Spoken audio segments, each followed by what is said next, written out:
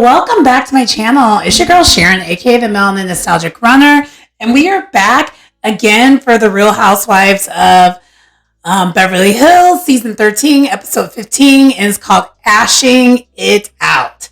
And I must say, this was my favorite episode of Beverly Hills so far this season. It was everything. It was so good and so easy to follow. I didn't have to go back to anything. It was just a very well done episode. So bravo, ladies. Bravo. Anyway, so they're still in Spain, and let's get right into it. We're not going to waste any time because it was good. It was very, very good. Anyway, they're still in Spain, and it is the morning of Sutton's ceremony to release Merce.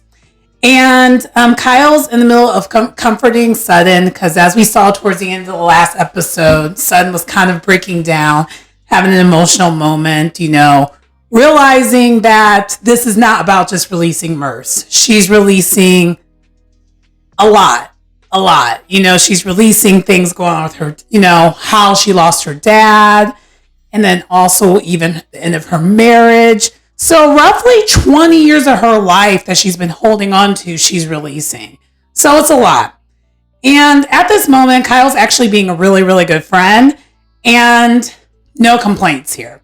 So anyway, towards the end of her having her breakdown, Trevor, the friend that we met the night before, who also knew Merce, is there. He arrives, and Kyle goes on to get ready.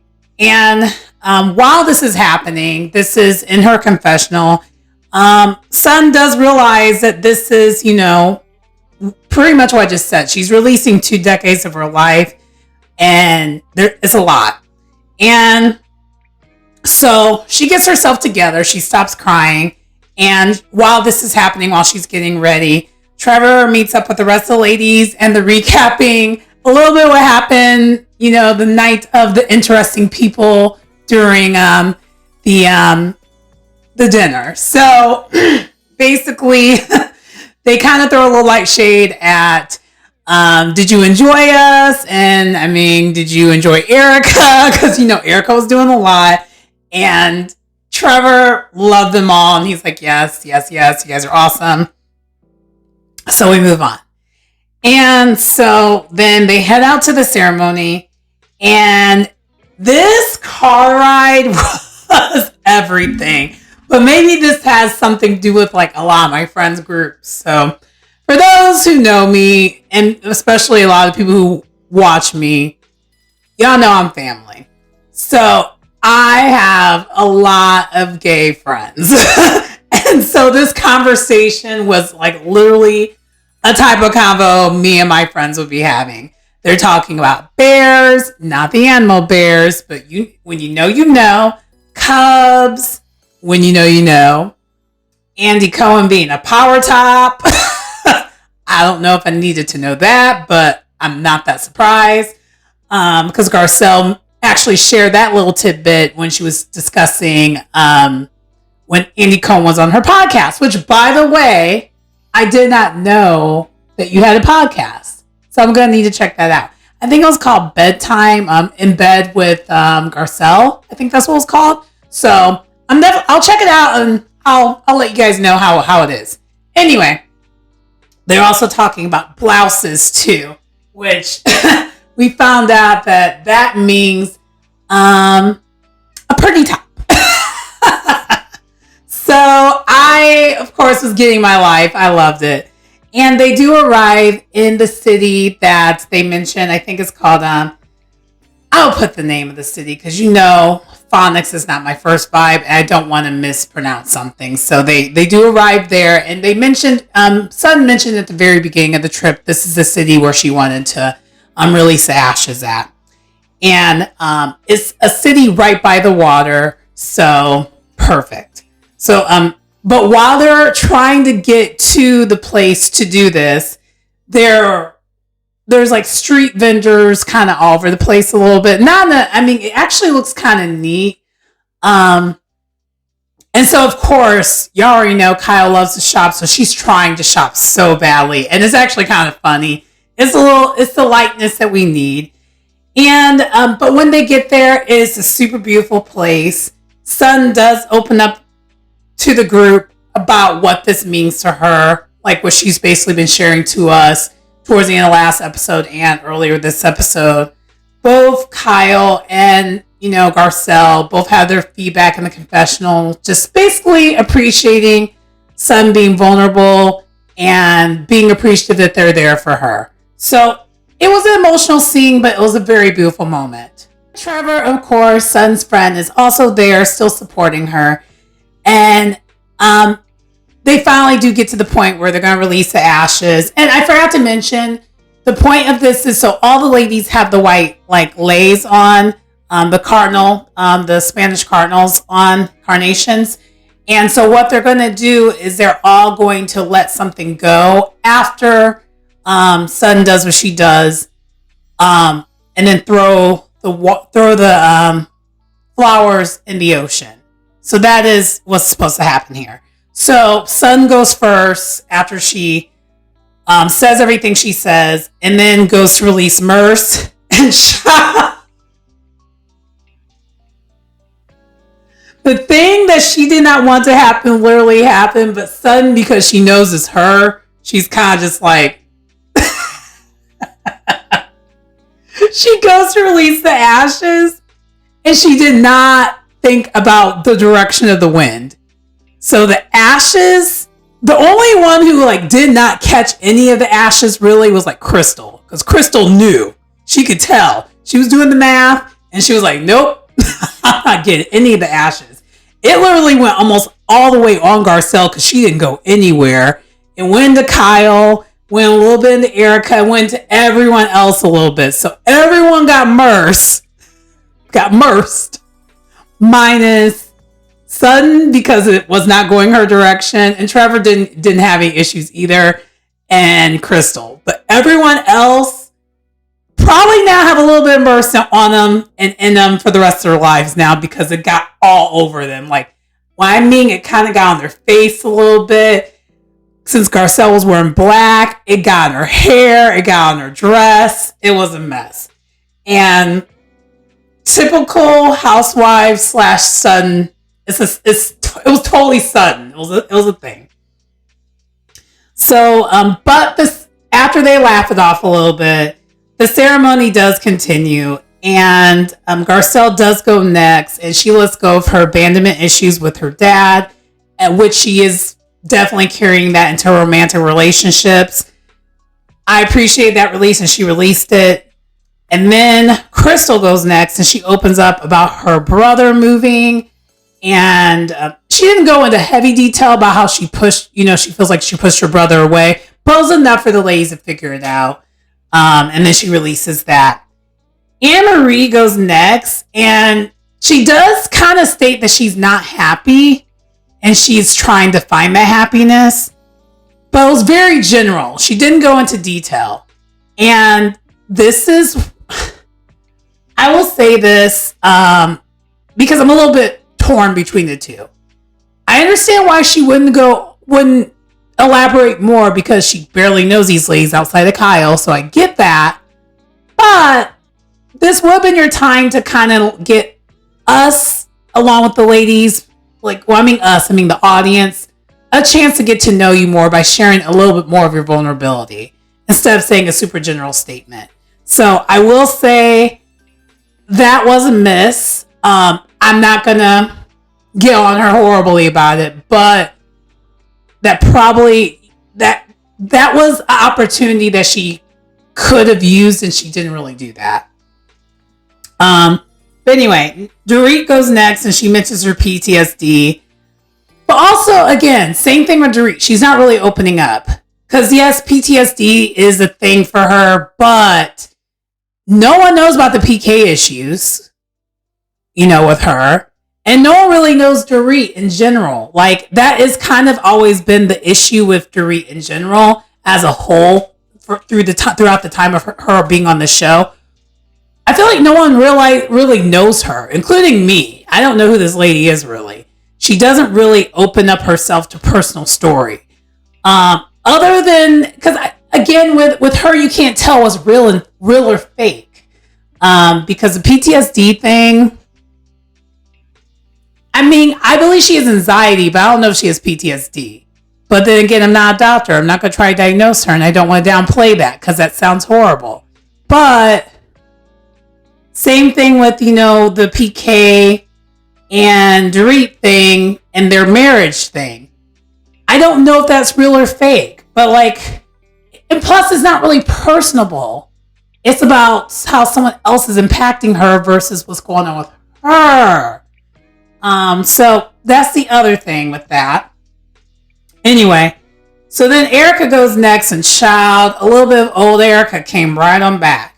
She basically shares that she wants to let go of her anger and the last 2 years of her life that she's been through and what the ladies have done to contribute to her hurt. And my problem with Erika is, and I mean, this has been the issue the whole time. She's still not getting it. It's still the lack of empathy for me for the victims. I would say this, if she would have instead, because I mean, you can't teach empathy. Either you have empathy for the victims or you don't. But if she would not just I just wish Erika would learn to not be an ice. She comes off as an ice queen. But at this moment when she opened up, and even later on in this episode, it really does seem like it hurt her feelings that people that she thought were her friends didn't have her back. And this is me just trying to be subjective. I'm not taking her side at all. If she would have really led with that from the jump 2 years ago, being more vulnerable instead of being like a mob wife about it, maybe there would have been more grace. And maybe they would have had, got into that. But because she led with this bravado and ego, it wasn't going to happen and still isn't. I think Erika doesn't realize she's missing a couple steps within herself for the ladies to, then in turn give her something back. I do think that does get hashed out soon. But anyway, so that's what happened there. And then Kyle does go last, and she mentions Lorraine. She also mentions her sister and the ladies in the group and how she wished she could have. And she always just thinks how she could have or would have been able to handle that better or deal with it better or say the right things and all that good stuff. Which I think at this point, Kyle was being super vulnerable and actually being the most genuine. Honestly, this whole entire episode with Kyle, this was her being her. I didn't feel like she was putting on. I think she was really being like herself. And this is where I'm like, oh my gosh, okay, I like Kyle. And the one thing that she does share in her confessional, which she did not share with the ladies yet, she still hasn't shared anything about her marriage. But she does state in her confessional why. And I could respect it. Because she is still sharing it. She's just not sharing it with the ladies. So I think there's a difference if you're going to compare it to other situations where people don't share their whole lives. She's sharing it. It's just not to everyone. So we're still getting that something's going on, but she's not ready to open up yet because I think she's still at the point where she's still trying to repair things. So I get it. Next, the ladies go shopping briefly. Erika's not really in the mood to go shopping, but her and Crystal do have a moment where Crystal does go to her apologizing to contributing to her pain. And because I think Crystal is seeing, similar to what I'm seeing, why Erika felt away. Because this was the first time Erika actually shown that she's actually was hurt and vulnerable. And if she would have led with that, I think she would have gotten that from the beginning, but the problem is she never did. So it's like she led with anger versus with vulnerability and wanting the lady's support as far as trusting that she, she's learning about this for the first time, whether or not that's true or not, because I don't completely believe that. That's a whole nother thing. But I will say this, I don't think Erika knew the depths of how bad her ex-husband was doing things. I don't think she knew that. I just don't think she didn't know anything. I think she definitely knew some things. To what degree is a whole nother thing. But anyway, that's not what we're going to talk about here. So, but that was a cute scene that that Crystal did apologize, and Erika received it, and she was like, "Thank you." And so far, they look like they're in good standings, but they do end up heading back to the van. Oh, by the way, I forgot to mention, Trevor left the ladies after Merce was released. As soon as Merce was released, he's like, "Okay, my time came. I'm gone." And also, too, I forgot to mention when they're on their way to the city, they were passing all these gay districts, and I might need to check out Spain. Maybe, but anyway, I forgot to mention that earlier on. So we do find, so they're back in the van, Sutton sharing the itinerary for the rest of the day.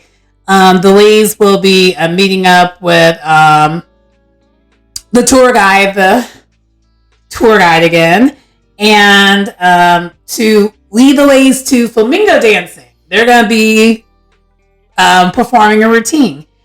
And we find out that the ladies were rehearsing the day before, along with Erika's help, because Erika of all the ladies is like the dancer of the group, clearly. And it looks like it's going to be a fun scene. So anyway, they do end up getting back into the house, and they're getting ready for the event. Erika's recapping with her glam team about the ceremony and how she feels. And at this moment, this is where she actually is truly the most vulnerable. Because it's very clear that she still doesn't have trust for the rest of these ladies, and it does come up later on. But she is sharing her feedback of her POV. So I understand her POV to a certain degree, but I just don't understand this lack of empathy. That's the part I'm not understanding. But I guess from her standpoint, maybe she feels like she was a victim too because she didn't know all the stuff about her husband. Maybe that's the stance she's on. I don't know. But anyway. So she does mention that, she wants to just let go of the earrings. She wants to let it go and just be done with it. She doesn't want to talk about it anymore. So she's going to try to drop it. So Kyle's also getting ready, but she's doing her makeup herself because Kyle don't do the glam. She's like, there's no need. I figured out how to do it myself. I'll do it myself. And she's FaceTiming her daughters. And we find out in the confessional that she has a lot extra worry now when it comes to her daughters because she's not even sharing with her daughters what's going on at this point with her and Mo. She's been trying to hide it. And so now that she's not there, she feels like everyone's a little bit more in the fragile place because, Kyle is one who's mainly home all the time. So it is a little bit of an odd dynamic with her being gone. And I don't know how long they're on this trip really. So I can see how she feels that way. And by the way, her two daughters, Sophia and I think Sophia and Portia were the ones who are like on the FaceTime. They're beautiful. All three of her daughters are beautiful. But anyway. Next, the ladies they are basically ready to go. They're on their way to going to do this flamingo routine. And they're all wearing red, looking like money. Minus Kyle. Kyle apparently didn't get the memo. And she did bring red, but her red dresses were all hideous. And she was like, oh, no. And we do see them. They were bad. So she ended up wearing almost like a red, but it was like a bright orange. So if you're colorblind, maybe you would be fooled by it, but it definitely was not red. But the ladies are on their way in the van discussing,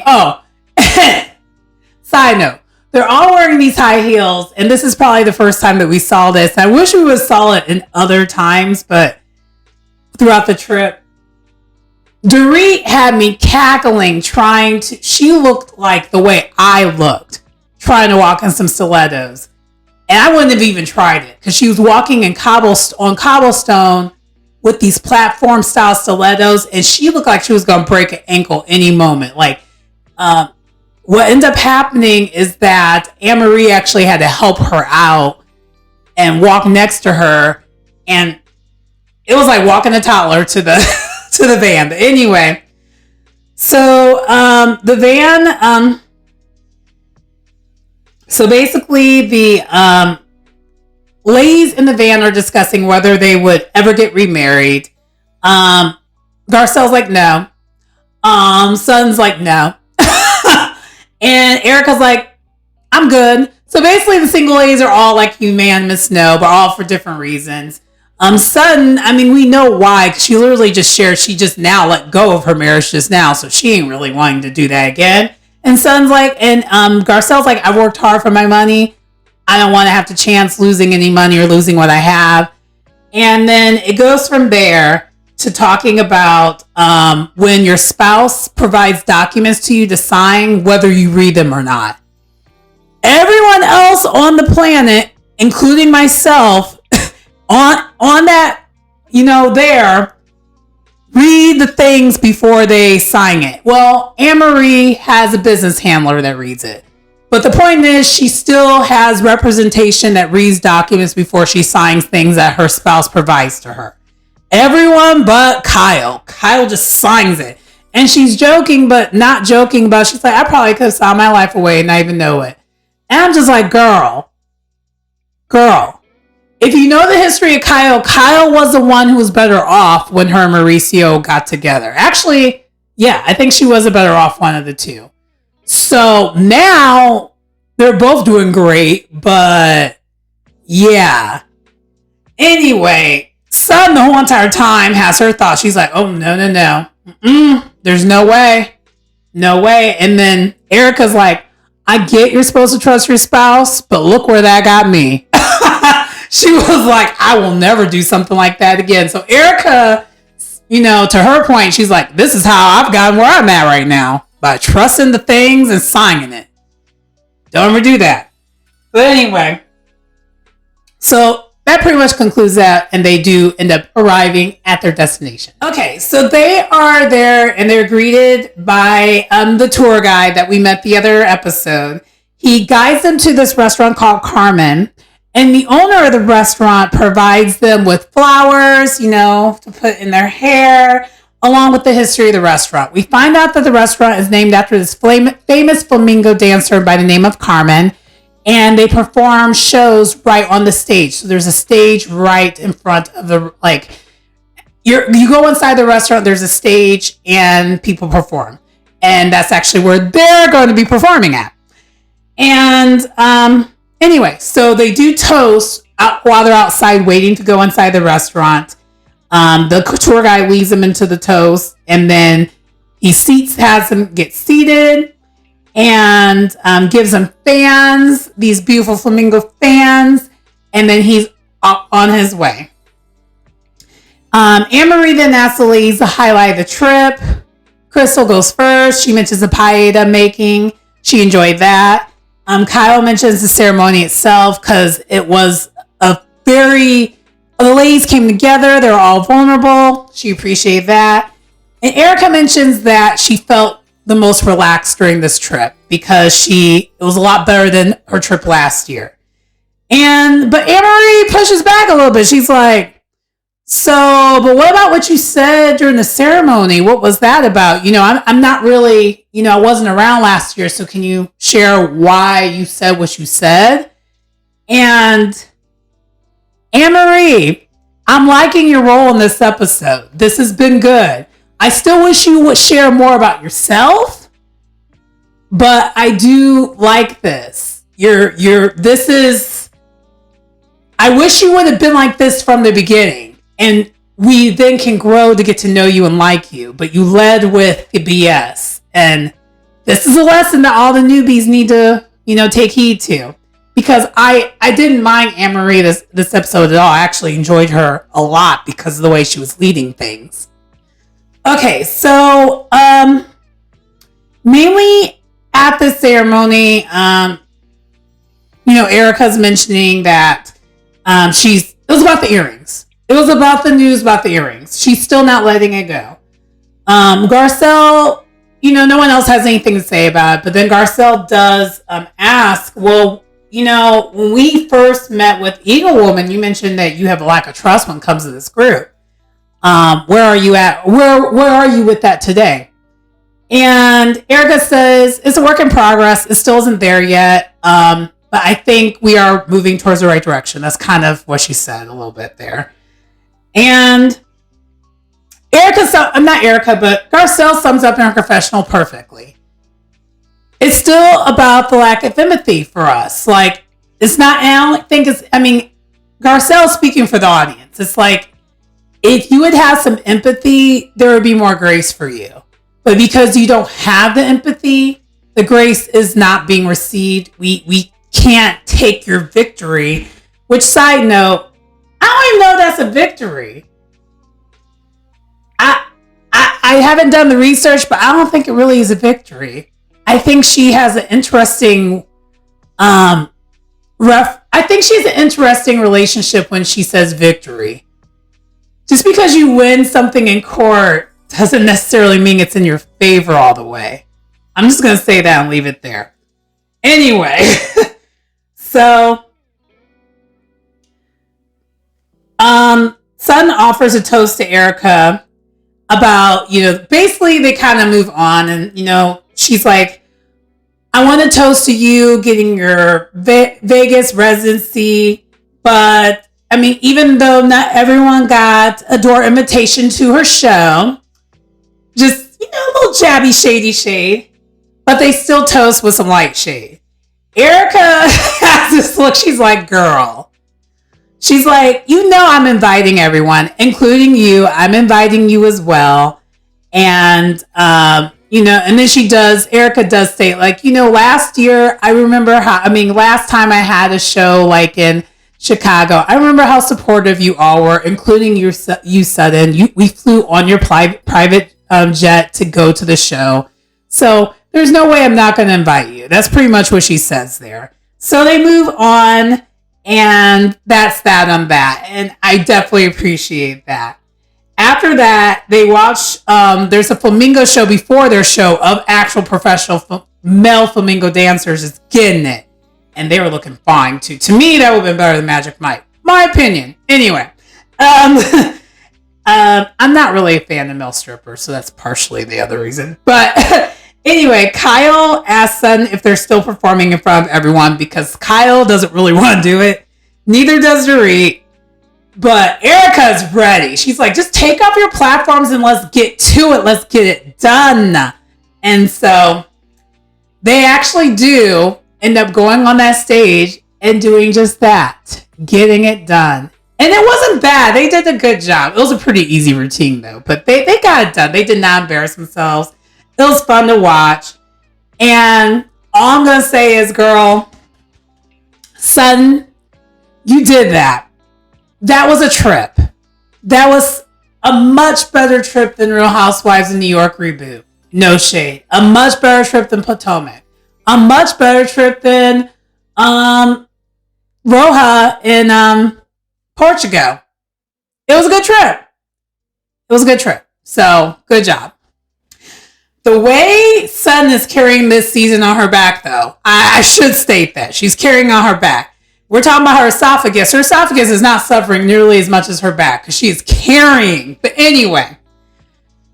And honestly, let's be real. Sutton has carried the last 3 seasons of this show.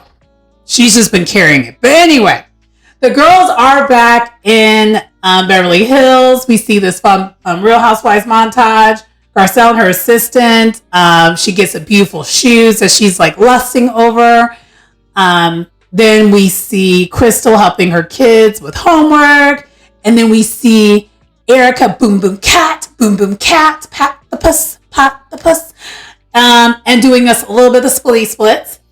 And then Kyle is home, opening new clothes that she purchased, of course, because Kyle has her shopping addiction for real. But then Dorit does visit her. They're both just briefly discussing the jet lag. And then Dorit asks about her and Mo and how they're doing.